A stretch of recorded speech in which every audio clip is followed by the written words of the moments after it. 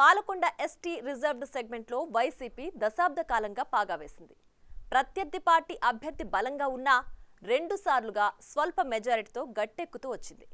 వరుసగా మూడోసారి కూడా ఎమ్మెల్యే కళావతికి టికెట్ ఇచ్చారు జగన్. మొదటిసారి గెలిచినప్పుడు ప్రజల్లో మంచి పేరు సంపాదించుకున్న ఆమెకు ఈసారి గెలవడం అంత ఈజీ కాదన్న అభిప్రాయం వ్యక్తమవుతోంది. పార్టీ అధికారంలోకి రాగానే ఎమ్మెల్యే వైఖరి మారిపోవడం, మరోవైపు షాడో ఎమ్మెల్యేల పెత్తనంతో వైసీపీపై వ్యతిరేకత పెరిగిందని అంటున్నారు.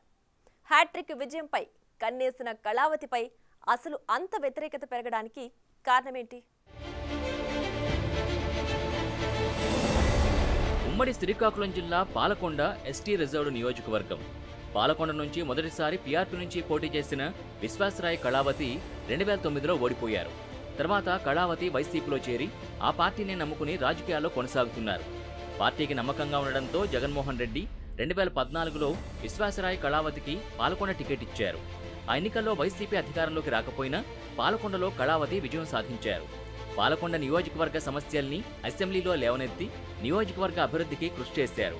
ఆ క్రమంలో ఆమెపై సెగ్మెంట్లో గుడ్ విల్ పెరిగింది. 2019 ఎన్నికల్లో కూడా వైసీపీ టికెట్ దక్కించుకున్న ఆమె రెండోసారి ఎమ్మెల్యే అయ్యారు. అయితే రెండోసారి గెలిచాక కళావతి నియోజకవర్గ సమస్యలు, అభివృద్ధిపై దృష్టి పెట్టడం మానేశారనే అభిప్రాయం నియోజకవర్గ ప్రజల్లో వ్యక్తమవుతోంది. ప్రతిపక్షంలో ఉన్నప్పుడే ప్రజల బాగోగుల గురించి ఆమె ఎంతో కొంత ఆలోచించేవారని, పార్టీ అధికారంలోకి రాగానే ఆమె వైఖరే మారిపోయిందని నియోజకవర్గ ప్రజలు అసంతృప్తి వ్యక్తం చేస్తున్నారు. సమస్యల పరిష్కారం కోసం, చిన్న చిన్న అవసరాల కోసం వచ్చే ప్రజలపై కళావతి అసహనం, కోపం వ్యక్తం చేస్తున్నారట. రెండోసారి గెలిచిన తర్వాత ప్రజా సమస్యల్ని గాలి కొదిలేశారనే ఆగ్రహం పాలకొండ వాసుల్లో వ్యక్తమవుతోంది. పాలకొండ నియోజకవర్గంలో మిగిలిన సామాజిక వర్గాలతో పాటు గిరిజనులు కూడా అధికంగా ఉన్నారు. ఎస్టీ అయి ఉండి కూడా ఎమ్మెల్యే గిరిజన ప్రజల సమస్యలు అసలు పట్టించుకోలేదని గిరిపుత్రులు అగ్గి మీద గుగ్గిలమవుతున్నారు. ఏజెన్సీ ప్రాంతమైన భామిని మండలంలో నిత్యం ఏనుగులు జనావాసాలపైకొచ్చి పంటల్ని నాశనం చేస్తున్నాయని కళావతికి చెప్పినా స్పందించలేదని గిరిజనులు ఆమెపై ఆగ్రహం వ్యక్తం చేస్తున్నారు. మరో మండలం సీతంపేటలో ఎన్నో ఏళ్లుగా తాగునీటి సమస్య గిరిపుత్రుల్ని వేధిస్తోంది. ఆ సమస్య పరిష్కరించాలని ఎమ్మెల్యేకి ఎన్నిసార్లు వినతి పత్రాలు సమర్పించినా ప్రయోజనం లేకుండా పోయిందని సీతంపేట గిరిజనులు కారాలు మిరియాలు నూరుతున్నారు.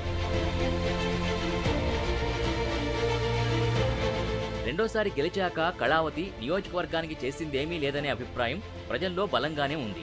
ముఖ్యంగా వీరఘట్ట మండల హెడ్ క్వార్టర్లో రోడ్ల పరిస్థితి అత్యంత దారుణంగా ఉంది. ధ్వంసమైన రోడ్లపై ప్రమాదాలు జరిగి అనేక మంది మృత్యువాత పడ్డంతో పాటు గాయాల పాలవుతున్న ఎమ్మెల్యే నిర్లక్ష్యంగా వ్యవహరిస్తున్నారన్న అసంతృప్తి పాలకొండ నియోజకవర్గ ప్రజల్లో వ్యక్తమవుతోంది. మరోవైపు పాలకొండకు రావాల్సిన సూపర్ స్పెషాలిటీ ఆసుపత్రిని ఆమె సీతంపేట తరలించడంపై కూడా పాలకొండ నియోజకవర్గ ప్రజలు గుర్రుగా ఉన్నారు. నియోజకవర్గంలో అభివృద్ధి శంకుస్థాపనకే పరిమితమైందని ఆగ్రహం వ్యక్తం చేస్తున్నారు.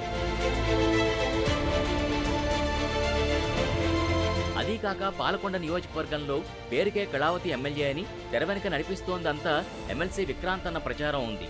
విక్రాంత్ అనుమతి లేకుండా నియోజకవర్గంలో ఒక్క పని కూడా ముందుకు సాగదట. ఎమ్మెల్యే కళావతి ఏ పని చేయాలన్నా ముందుగా విక్రాంత్ అనుమతి తీసుకోవాల్సిందే అట. ఆ విధంగా విక్రాంత్ పాలకొండ నియోజకవర్గం షాడో ఎమ్మెల్యేగా తన పెత్తనం నడిపిస్తున్నారని అంటున్నారు. ఓవైపు ఎమ్మెల్యే కళావతి నిర్లక్ష్యం, మరోవైపు ఎమ్మెల్సీ విక్రాంత్ పెత్తనంతో నియోజకవర్గంలో అభివృద్ధి కుంటుపడిందన్న అసంతృప్తి ప్రజల్లో వ్యక్తమవుతోంది. అది ప్రస్తుత ఎన్నికల్లో జనసేన అభ్యర్థి నిమ్మక జయకృష్ణకు కలిసొచ్చే అంశంగా విశ్లేషకులు భావిస్తున్నారు.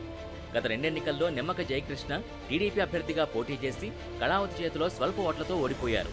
దాంతో జయకృష్ణపై ప్రజల్లో సానుభూతి వ్యక్తమవుతోంది. జయకృష్ణ విద్యావంతుడవడంతో పాటు పిలిస్తే పలికే స్వభావం ఉన్న వ్యక్తిగా మంచి పేరుంది.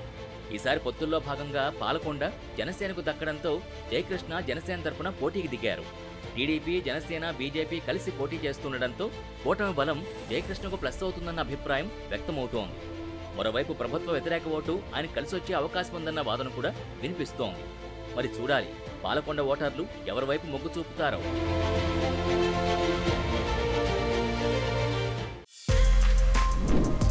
For more videos like this, subscribe Big TV channel.